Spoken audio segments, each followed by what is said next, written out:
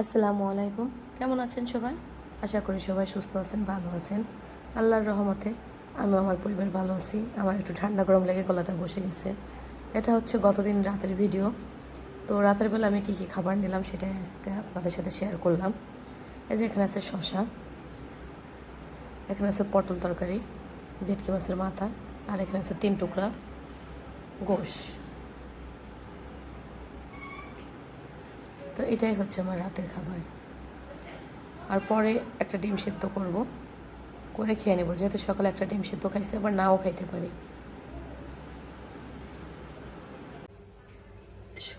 সন্ধ্যার নাস্তায় এখন সবাইকে চা দিব।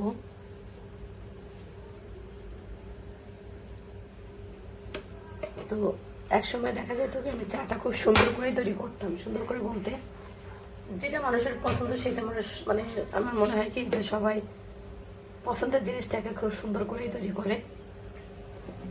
তো আমি প্রথমে হচ্ছে দুধটা দিতাম, দুধ দেওয়ার পরে চিনি দিতাম, চিনি দিয়ে তারপরে দুধটাকে সুন্দর মতো ফুটাই দিতাম। যখন দেখতাম যে না আমার দুধটা ফোটানো মানে আমার চোখের শান্তিতে দুধ ফোটানো হয়ে গেছে, তারপরে আমি চুলাটা হচ্ছে করতাম, চুলাটা না সরি, যখন দেখতাম যে একদম দুধ আমার মানে আমার মন মতো হয়ে গেছে, তখন আমি চা পাতি দিয়ে দিতাম।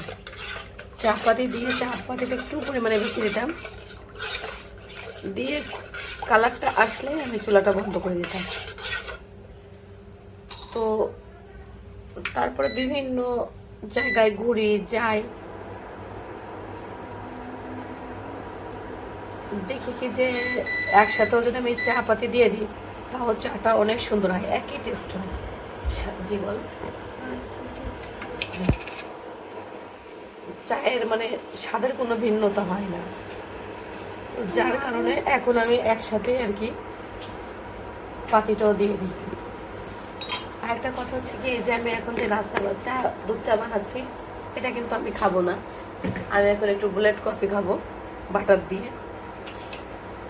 আসলে মুখকে যদি আমরা কন্ট্রোল করতে না পারি, তা কোনো দিকে মনে হয় না যে শান্তিতে থাকা যাবে। মুখ কন্ট্রোল করলে শরীর সুস্থ থাকবে, সবার সাথে সম্পর্ক ভালো থাকবে।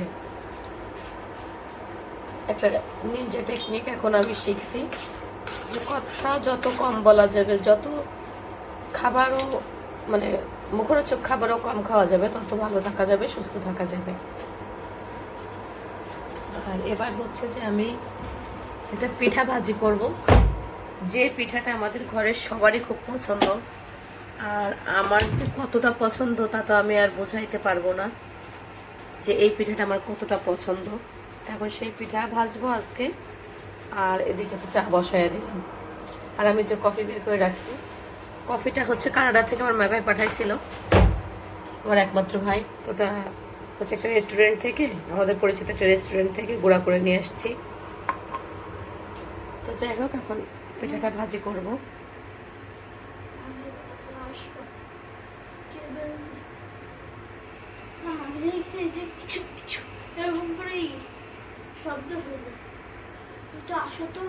হ্যাঁ আসছি, দাঁড়াও। তোমার দাদা আছে না, দাদাকে ডাক দাও, আমি পিঠাটা ভেজে নিয়ে আসি, ডেকে দাও। এখন এই যে পিঠাগুলো দিয়ে ভেজে নেব। এত পছন্দের পিঠা আমার, এখন আমি এটা খাচ্ছি না, খাবো ইনশাল্লাহ কয়েকদিন পরে। শরীরটা একটু কিছুটা ফিট হইলে খাওয়া শুরু করব। আমার দেখতে যে কত ভালো লাগে, খাইতেও ঠিক তেমন ভালো লাগে।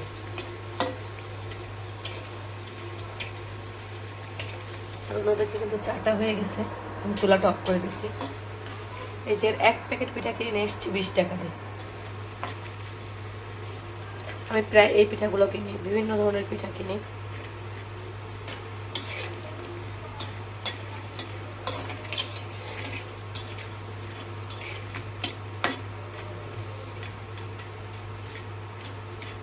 প্রত্যেকটা পিঠা ভেজে নিব।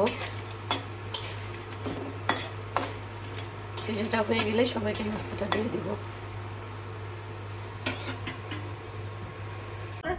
তারপরে বলে আপু বলো আপু বলো। তাহলে বলবো শোনো কিন্তু মনোযোগ দিয়ে, ঠিক আছে? একদম সুন্দর করে মনোযোগ দিয়ে শুনবা কিন্তু, একদম এক লাইনও মিস করা যাবে না, ঠিক আছে? হ্যাঁ, শুনতেছো তো? তাইলে বলো শুনতেছো তো? না তুমি শুনতেছো না, না তুমি শুনতেছো হ্যাঁ, শুনতেছো তো? ঠিক আছে, তাহলে শুনো কিন্তু দূর কিন্তু হচ্ছে আবার সামনের বছর ডিসেম্বর মাসে।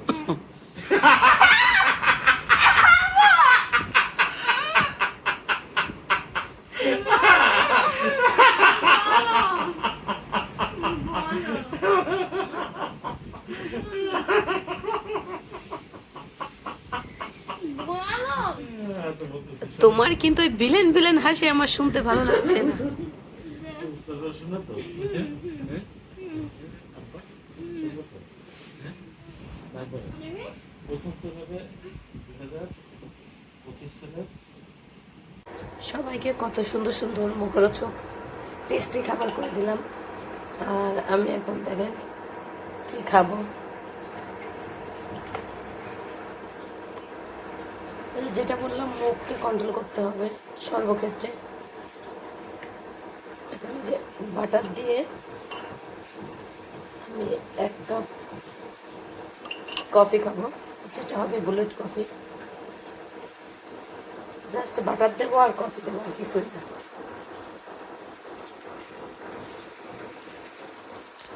আর এই যে এখন কফিটা দিয়ে দেবো। এত কফি খেতাম, কিন্তু এটা বুলেট কফি না, সেটা ছিল দুধ কফি। আর এখন কি খাচ্ছি,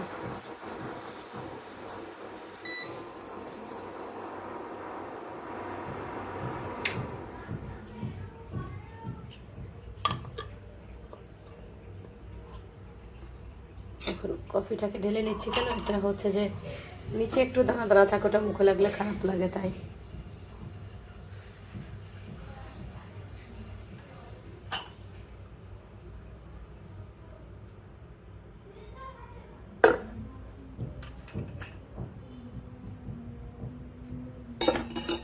এই যে আমার বুলেট কফি রেডি।